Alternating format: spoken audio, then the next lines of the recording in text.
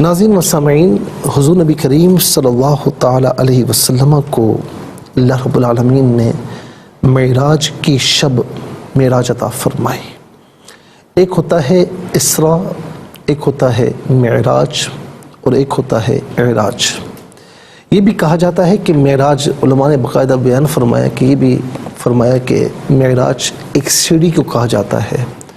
تو علماء فرماتے ہیں کہ ہو سکتا ہے کہ ایک نورانی سیڑھی ہو کہ حضور نبی کریم علیہ السلام اس پر تشریف فرما ہوئے ہوں اور پھر اس کے بعد براق پر سوار ہوئے ہوں، اور یہ بھی کہا جاتا ہے کہ براق پر سوار ہوئے ہوں اور پھر آسمانوں کی جانب اس نورانی سیڑھی کے ذریعے اللہ تبارک و تعالی کے کرم سے تشریف لے گئے ہوں۔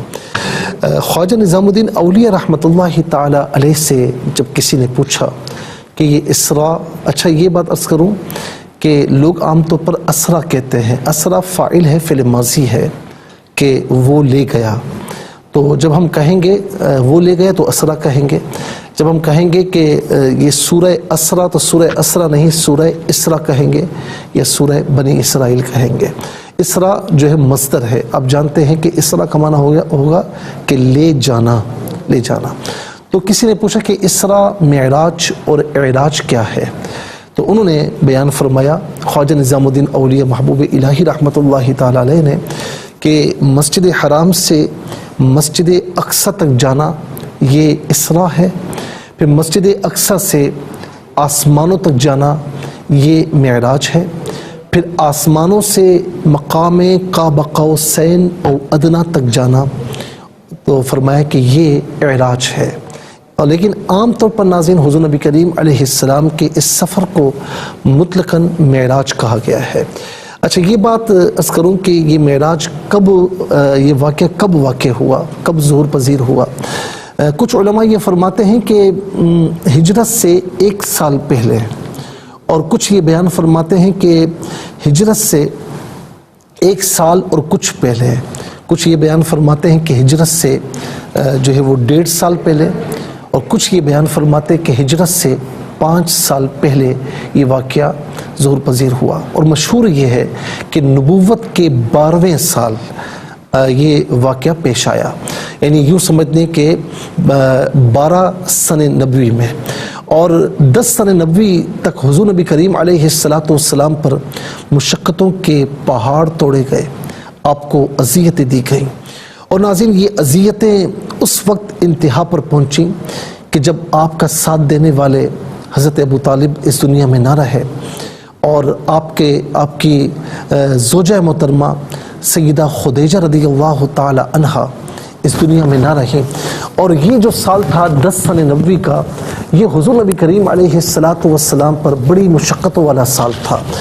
گویا کہ 7 سن نبوی سے لے کر 10 سن نبوی تک شعب ابی طالب کا واقعہ ہونا، یعنی درجہ بدرجہ اذیتیں بڑھا دی گئیں، مشقتیں بڑھا دی گئیں، ظلم و ستم کے پہاڑ توڑے گئے، تو آقا علیہ السلام بڑے مغموم ہیں، ایک غم اور حزن طاری ہے، اور اوپر سے ساتھ دینے والے دنیا سے رخصت ہو گئے۔ آقا علیہ السلام کا یوں سمجھ لیں کہ دنیا میں تشریف لائے تو باپ کا سایہ سر سے اٹھ چکا ہے، 7 یا 8 برس کے ہیں تو سیدہ حمنہ رضی اللہ تعالی عنہا وصال فرما گئے۔ تو ناظرین بظاہر تو کوئی نہیں، پھر دادا کی کفالت میں حضرت عبد المطلب رضی اللہ تعالیٰ عنہ وہ بھی دار فانی سے کوچ فرما گئے، پھر حضرت ابو طالب کی کفالت میں آئے، پھر وہ بھی دنیا سے چلے گئے، اور اب کوئی نہ رہا۔ سیدہ خدیجہ رضی اللہ تعالی عنہا جو اپنے مال کے ذریعے جو ہے وہ آپ کے ساتھ تعاون فرمایا کرتی اور آپ کی دلجوئی فرمایا کرتی، وہ بھی وصال فرما گئیں۔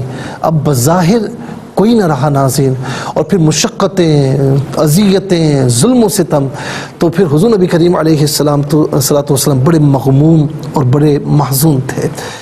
اور ظاہر ہے کہ محب اللہ رب العالمین کب چاہے گا کہ میرا محبوب اس رنج و غم میں رہے؟ تو ناظرین پھر آپ یہ دیکھیں کہ 10 سن نبوی گزرتی ہے تو یوں سمجھ لیں کہ 12 سن نبوی میں یہ واقعہ پیش آیا۔ گویا کہ اللہ رب العالمین نے اپنے محبوب علیہ السلام کو تسلی دی کہ دنیا میں، ناظرین یہ بات روک کر میں عرض کروں گا، دنیا میں یاد رکھیں کہ جب ہم کسی سے محبت کرتے ہیں اسے مغموم نہیں دیکھ سکتے، جس سے محبت کرتے ہیں ہم کہتے ہیں نا کہ یار آپ کی آنکھوں میں آنسو نہیں دیکھ سکتا، اس کی دل جوئی کے لیے کچھ بھی کرتے ہیں، اس کو راضی کرنے کے لیے کچھ بھی کرتے ہیں. یہ بات تو انسانوں کی ہے نا. یہاں پر رب دو جہاں کے محبوب ہیں علیہ السلام عز و جل، اور وہ مغموم ہیں. اب اللہ تبارک و تعالیٰ گویا کہ آپ کو تسلی اور تشفی دینا چاہتا ہے، تو گویا کہ آپ کو معراج کی شب اپنے پاس بلایا، اور گویا کہ اس بات کا اظہار فرمایا کہ محبوب ان کی اذیتوں سے، ان کی تکلیفوں سے، ان کی مشقتیں دینے سے، ان کے آزار دینے سے آپ مغموم اور محزون نہ ہوں. آپ بس یہ دیکھیں کہ ہمارے نزدیک آپ کا کیا مقام اور کیا مرتبہ ہے.